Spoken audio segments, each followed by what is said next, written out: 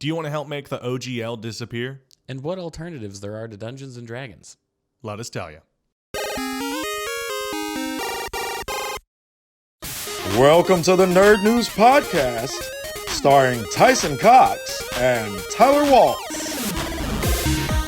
Welcome to Nerd News, everybody. I am your host, Tyson Cox, and with me, as always, is Tyler Waltz. big shout out to Defense Mechanism for letting us use that great song. Check out Defense Mechanism. That was the song Beat Juice. Yeah, excellent. Very good. So I don't know if everyone knows what's going on with the OGL right now. There's a lot of... It feels like everybody knows because the internet is in an absolute firestorm over what Wizards of the Coast is doing. It's amazing. Like, the internet hasn't been this mad since, like, EA. Yeah, yeah, or some soccer team lost. That's the level of anger. Well, I'm talking about my corners of the internet. Yeah.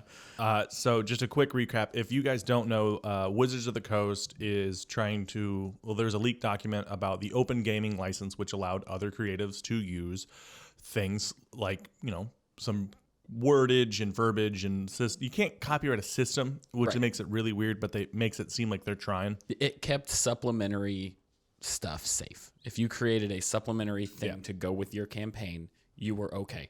Wasn't a big deal. They weren't going to pursue you. Everything was fine.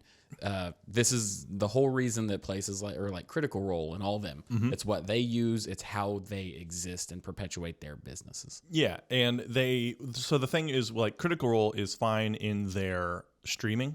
That's fine, but anything written becomes part of like the new agreement. Yes, which becomes very sticky because then, the next one they adjust is probably going to tighten the grip even further. Well, yeah, because the wordage in the OGL was these are the rules that we're going to publish. ... As long as we give you a 30-day notice, we can claim other things. So that's everything on the table. It was basically a bunch of verbiage that said, oh, yeah, everything's fine. It's only the people that make tons and tons of money. But at any moment, your $1,000 might be subject to us. At any moment, we can decide this is the new limit. Yeah. This is the new limit. Which is upsetting because the original OGL was like in perpetuity, can't mess with it. Yeah. And then they were like, well, no. Right. So it'd be like any new product. So it's very sticky on that. And their direct line was they didn't think Dungeons and Dragons was monetized enough. Because I'm trying to remember the numbers here. How do you 20% of players buy most of the books. Yes. The DM. The DM is typically the one that buys most of the books. Correct. But they said a number that was how much money Dungeons and Dragons brought in. And they were like 1.5 billion of, I think, $7 billion or 1.5 million out of 7 million. I don't know. It was some kind of breakdown like that. Wizards of the Coast was shockingly low in the total percentage of money that Dungeons and Dragons stuff brought in. So we kind of talked about this on a previous episode, but like if they just did a better job, made better product, it would be people would want to go to them. Well, somebody at work, I think it was Brian, actually was talking about the fact that the reason so many people play Dungeons and Dragons isn't because of Wizards of the Coast. Yeah. It's because of Matt Mercer. It's because of Critical Role. It's because of this supplementary stuff that people like to watch that you even made your 1.5 whatever percent it was in the first place. Yeah. So you should be thanking them and being like, thank you for allowing us to make money off the thing that we made, that you have made a cultural, like, iconic thing. Yeah, they're punishing people that are giving them free advertising. Yeah, absolutely. Because I remember I'm old enough and have been playing long enough, like, I would go to, like, a Barnes & Noble, and that's where I'd buy the book, because that was the only place to find it, and it was in the weird book section. Oh, yeah. But, so what's going on with them right now is Wizards is actually backing down, which is great.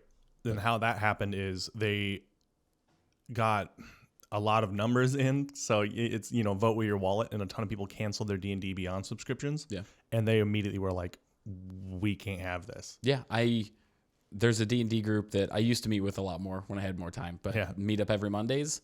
All 6 of them canceled their D&D Beyond. It was like they messaged everybody and they were like, guess what, we're doing it, and then everybody canceled and we're going back to pen and paper. So because it's not that hard. Like it's nice. But you don't have to be subscribed. Like if you already have books in there, you don't have to be subscribed to keep accessing them. Yep. But the only thing that makes it a bit more difficult is the sharing feature, which was very convenient because I own all the books, and so does a guy named Randy, who we were the two main DMs. You were the book boys. Yeah. So whenever we created a campaign, we could share our books. And we had them all. We can't do that now. Now when we do our session 0, it's look at my laptop instead of here I just shared the info. Yeah. Not that big of a deal, really. And I'm not here to advocate piracy, but it's also not hard to find the books online. No, there's PDFs everywhere. Yeah. I actually I bought the book. It didn't have any good, like, didn't come with like pull out maps, but I found some online, printed them out, had great maps. Yeah. Also, without D&D Beyond, another convenient thing was the find feature. Like if you're a DM and they catch you off guard with some stuff, you don't have to flip pages. Make it up. Yeah. I just make it up. Of course. But if you're trying to run it by the book, you could just do, and then it would pull you to whatever info that they went to rather than having to find it in the book. True. But we're really just talking about minor inconveniences. Yeah.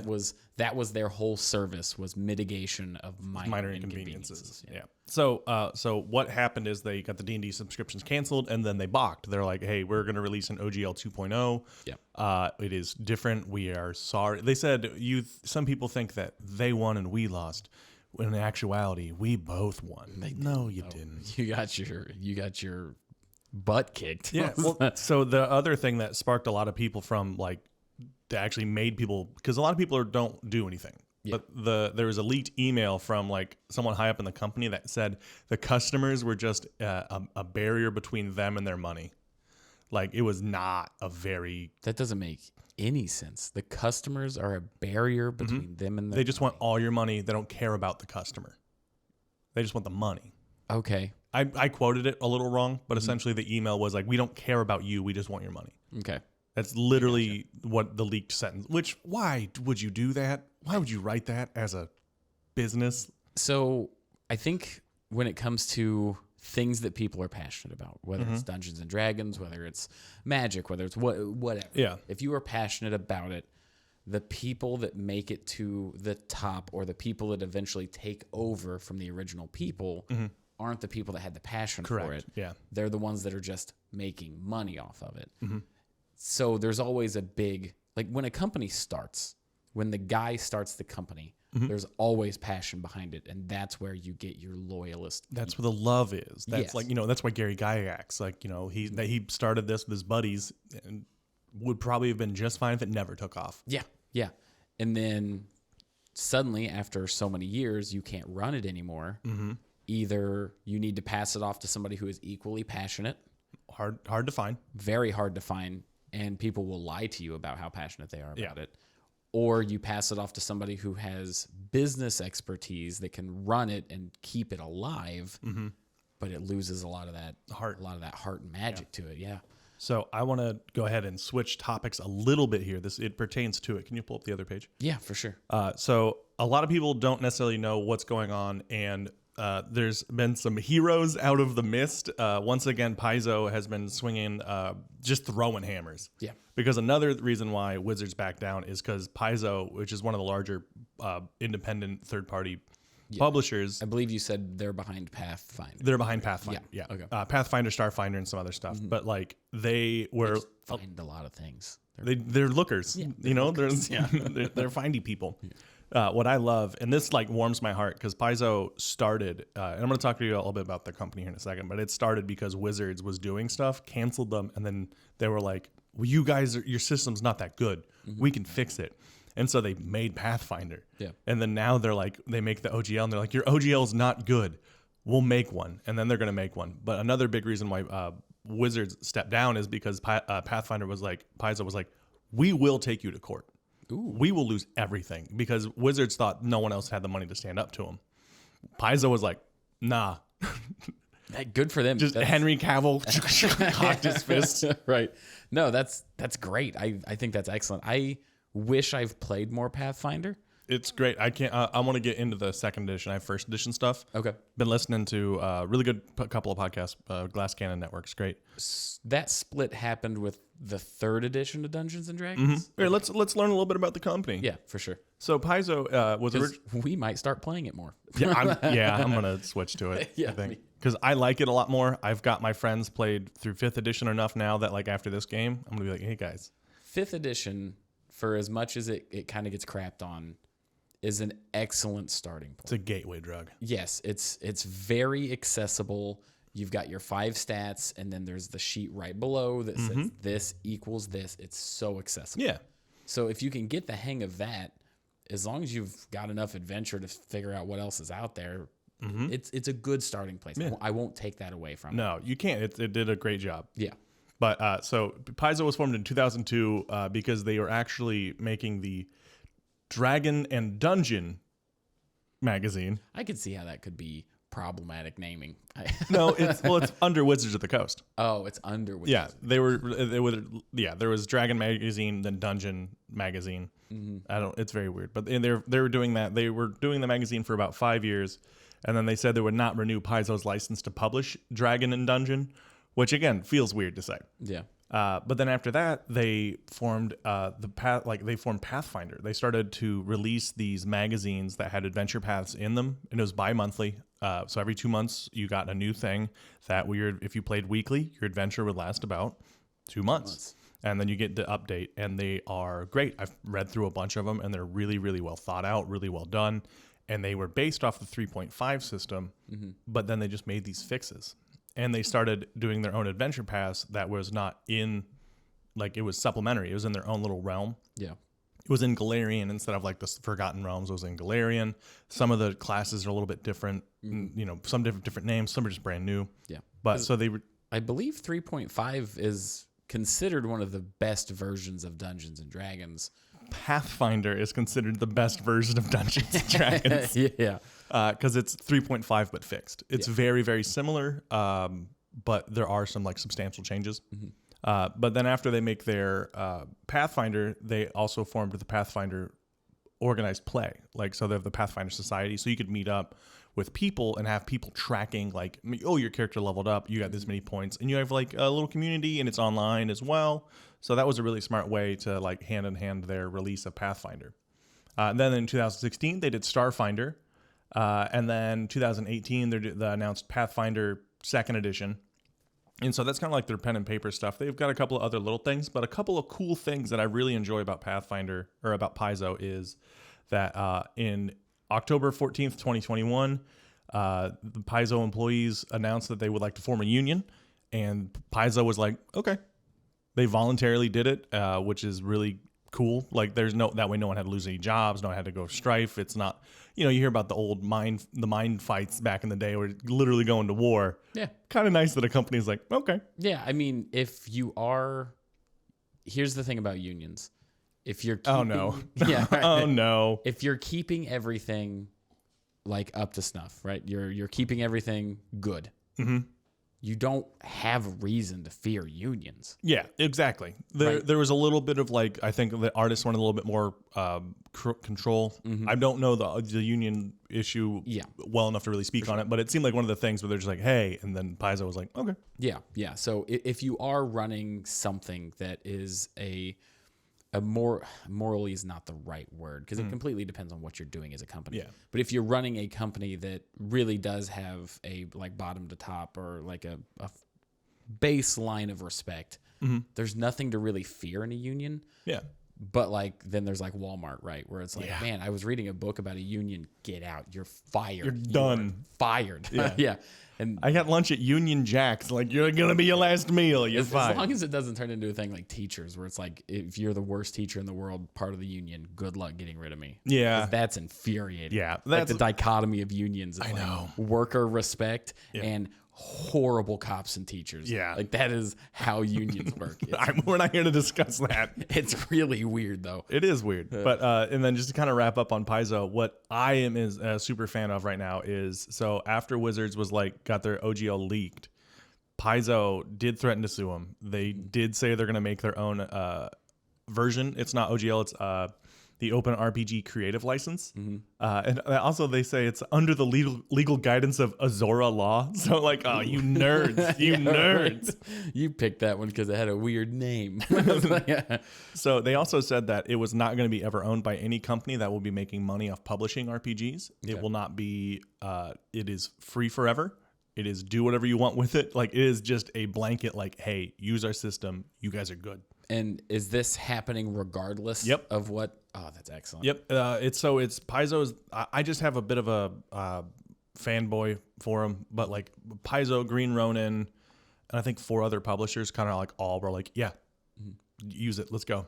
I got you. So again, in adversity of Wizards kind of messing things up, independent publishers are coming through and helping the community again. Yeah, I mean, that's what competition is for, is to keep the biggest dog in the fight in check. Yeah. Right? Like, it's all well and good if you're 3 times the size, but if there's 5 of us, Yeah. right? Like, that's the whole point. And one little thing I kind of forgot. So Critical Role, I found out, started out as a Pathfinder homebrew game.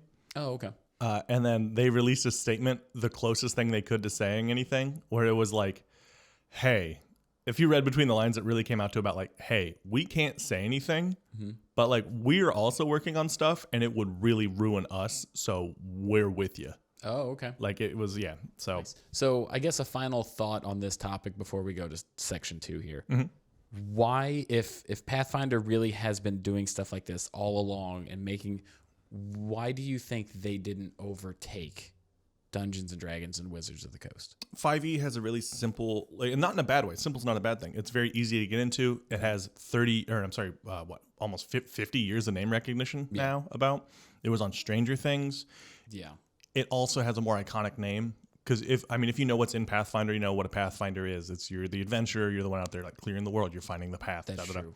Dungeons and Dragons, you know exactly what that is. Yeah. It's like, I've never heard of a dungeon before. But I think it's going to be one of those things that slowly, because it was like, oh, my dad used to play D&D, but now it's going to slowly shift into like, oh, we played Pathfinder. It's harder to get into, but I'm a big fan of it because somehow by adding more rules in the system, it has created more clear freedoms and better character design. Okay, so you think it's the primary thing is the accessibility. Mm-hmm. Which, I mean, that makes sense. That's why people still buy iPhones over Androids most of the time. It's because an iPhone is extraordinarily simple, easy to use, where Android, there's a lot more confusing and customizability, even though I personally think they're a better phone. Yeah, right. I like them better too. I also enjoy when I text someone with an Apple that they're mean to me for no reason. Yeah, it's wild. But so you're asking about Pathfinder and like why it has not overtaken. There's a lot of other good systems out there, which I think we're going to talk about in part 2. Part 2, yeah. Yeah, so stay tuned for part 2 where we talk about some of the better options or just other options. Just ways to fight back against Wizards of the Coast. Chick chow.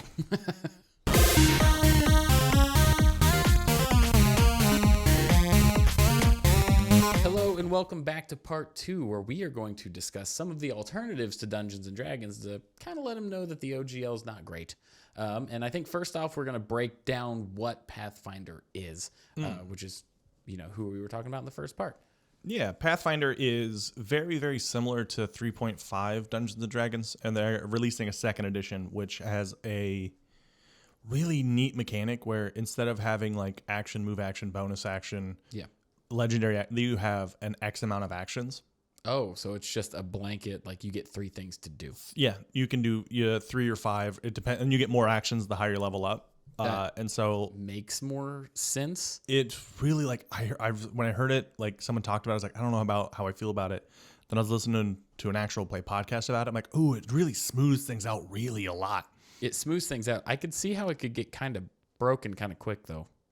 They have, so yes and no. They have safeguards against that. So say you have 5 actions, you could technically do 5 attack actions. Right. Like I'm just coming out swinging. Just 5 just hits. But so you have full bonus on first attack. Then you subsequently you get more and more minuses per attack. And it ends up stacking really quickly. So you can't just run in pinwheeling? No. But it also works with spells. So there's like 1 action spells, 2 action spells. Knowledge checks take an action. Like it's really. So instead of a 5th level spell, you can't cast the spell until you have 5 actions. Maybe. Or you can unlock, I think you still have to unlock like quote unquote 5th level spells. Okay. But then some of them are like 2 action 5th level spells. Some of them are 1 action 5th level spells. Oh, okay. And you can do some character design stuff that makes things like cost less actions it's really a nice system. Yeah. But it is in the fantasy medieval sort of like world of Galarian where there's gods, and which I really enjoy. Pathfinder has a heavier emphasis on gods. Like 3.5, you would have, it was a big deal. You had a whole section of the book that was gods. 5th edition's like, yeah, they're there, I guess, or whatever. Yeah, they exist. They might come up in the story. There's kind of so many at this point that if you're a paladin or a cleric, just kind of pick one. Yeah. And you're good to go as long as you don't upset them. Yeah. But and then another cool little thing on Pathfinder is the customization. But like we were talking about conveniences in part 1. Pathfinder has one of the best things I've ever seen in a book, because the books they're thick. They're Beefy.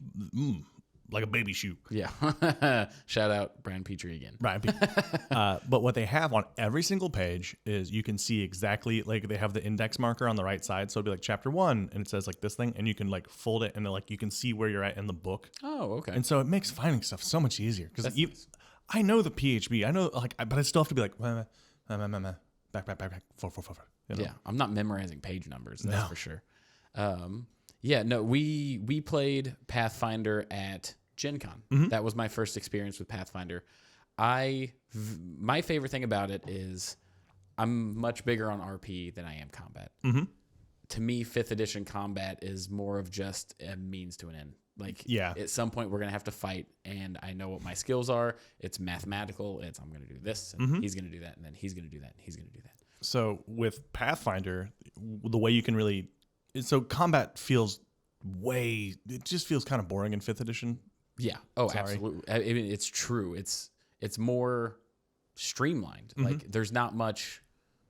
I don't know. When you watch the movies, it's like my barbarian jumps from the railing, grabs the chandelier, and pulls it down and stabs him in the back. And Yeah. And in reality, it's like I'm gonna swing 2 attack. I get a +3 to hit. I roll a d20, and then my weapon is a long sword. Yeah. So I roll a d. It's just that. Yeah.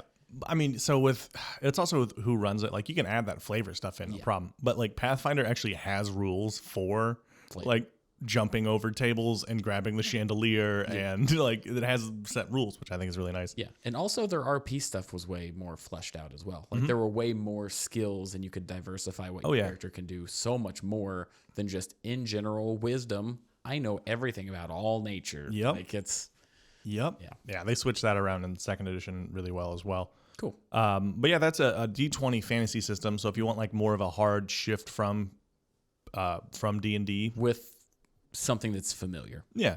But if you want something a little bit easier, Dungeon World is another good example. Then there's like also like massive Dungeon Crawl is another game.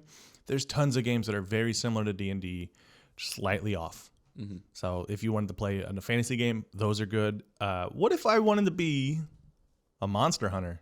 Yeah, so one of my personal favorite systems of all time is Monster of the Week, which is crazy how much I love this, because like Dungeons and Dragons is like I've got to buy the player's handbook. There's going to be a D. You got to get a module. Got to get one $15 to $20 book is going to get you everything you need to know to run everything. Yeah, and then if you want some bonus classes, another $15 book with a bunch of adventures in it. And if you wanted more, you could just go online. Yes. Because they also just like, here's some other ones too.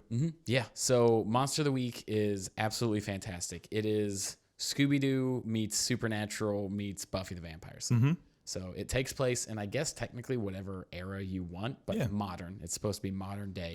And you take on the class of like one of my personal favorites was the Spooky, which is somebody who is possessed by a supernatural thing that gives you enhanced abilities. Or there's the Wronged, where you lost a loved one and now you're like this badass, I'm gonna go kill every vampire because a vampire killed my wife. Or they have all kinds of crazy, really cool hooks that you see in movies. And you use D6s. You roll 2 D6s for everything. Yep. It's always 2 D6s. And The keeper, the DM, doesn't actually roll any dice. no, yeah, the DM rolls nothing. And it's one of the smoothest, most RP fun systems I've ever played. That is very simple and real. I played it with my parents. Like my parents have never really been into board games. They've never done anything like Dungeons and Dragons. They like Clue. They're real big Clue. Oh, that's good. Right. But they played Monster of the Week, and like I left it on the cliffhanger, and they were excited to find out what monster we were fighting. Yeah. Like if you like anything like Supernatural or like the monster fighting stuff, could not recommend it more, because you get to create your own adventures fighting cryptids and stuff. It's incredibly fun. Yeah, it's anything you want it to be. Yes. Which is really nice. Yeah, absolutely. And then you were going to talk about a couple more, because... Man, I got I've been in the RP game for 20 years. So I've been around for a little bit, and I know there's a lot of really, really good systems, and we are in such a renaissance of other really good systems coming out. But I'm going to give you guys some options. Like if you want to play like in a dystopian like technology future, there's Shadowrun, which is another D6 system. Yeah. There's also Cyberpunk RPG. Which I've wanted to try that because the world of Cyberpunk fascinates me so much. But everybody just kind of talks about like the games and the books. Yeah. I've never actually found or talked to people that have played the RPG. It's Dungeons and Dragons has not a monopoly, but a big stranglehold. Like it's got a big presence, but they are out there. Sometimes you got to make, because it's usually just your buddies, you know? Yeah, for sure. But so Shadowrun, Cyberpunk, those are really good. If you wanted to play like more specific, slightly rules heavier monster hunting stuff, the World of Darkness. So all of it, the World of Darkness, all of the books. Right. And that's like Vampire the Masquerade and stuff like that. Yep. So there's there's actually like Vampire the Masquerade, Vampire. There's werewolf one. Well, there's two systems. It's really confusing right now. There's two systems in the current publication under the World of Darkness. Okay. So there's Werewolf the Forsaken and then Werewolf another one. They have two different dice systems. Is it a Werewolf another one? That's Werewolf another bad title. It's DJ Khaled's Werewolf another one. It feels like the other one got more attention. But so World of Darkness has, you could be a werewolf, you could be a vampire, you can be a Promethean, which is like a Frankenstein, you can be a ghost, you can be a mage in modern time, which actually has really interesting mechanics, because like every time you use your magic, it distorts reality and takes something away. Ooh. Okay. Yeah. And then like there's like changeling. There's so many of these all kinds of very specific, like I want to be this. Yeah. And you can do it. So World of Darkness is really good for that. So if you Googled World of Darkness and then anything you wanted to be, it's there. Yeah, anything spooky, scary, it's probably in there. Nice. And then we talked about Monster of the Week. Urban Shadows is another similar system, but that also has some really cool mechanics where like you can be a ghost. And at the time, you can only be two of three things. You can either be seen, you can be heard, and you can be physical. Okay. But you can only be two of the three at any given time. Okay. And you would change it between scenes. So you can be heard and move things, but not be seen. You can be seen and move things, but can't be heard. Like and you have to make choices, and it affects the scene. Okay, so you are always a ghost. No, there's different classes. That's just one of them. There's like a warlock class, but the ghost, I love that little mechanic. Yeah. One thing I like about that system is when you start, everyone goes around the table and tells you why you know somebody and you owe someone a favor. Okay. And social currency is huge in that game. Yeah, so that one's really fun. RP heavy as well. But then just to kind of wrap things up, if you want some more fun, there's so many. I think Drive-Thru RPG is a good site for them, but there's so many of these like little goofy one-shot systems. I've written a few of them because they're just really fun. But I want to give a shout out to a couple of them. One of them is called Bigfoot Stole My Car. Yep. The Odang system. Odang, Bigfoot stole my car, and then parentheses with my friend's birthday present inside. Yep. Those are super fun because you literally just have a printed sheet. You go, what's your character? You're good at one thing. Okay, you get 2 to that or whatever. But then it's just the DM rolls some dice, and then there's your adventure. It takes you 10 minutes to put it together, and you play for an hour or 4 hours. It's just whatever you want. Another one's like Odang Mothman won't move out, and he said it was just for the weekend. Yeah. Yeah. No, if we could recommend anything, don't just find a system and just play that forever. Switch it around, because you don't know what you like until you try it.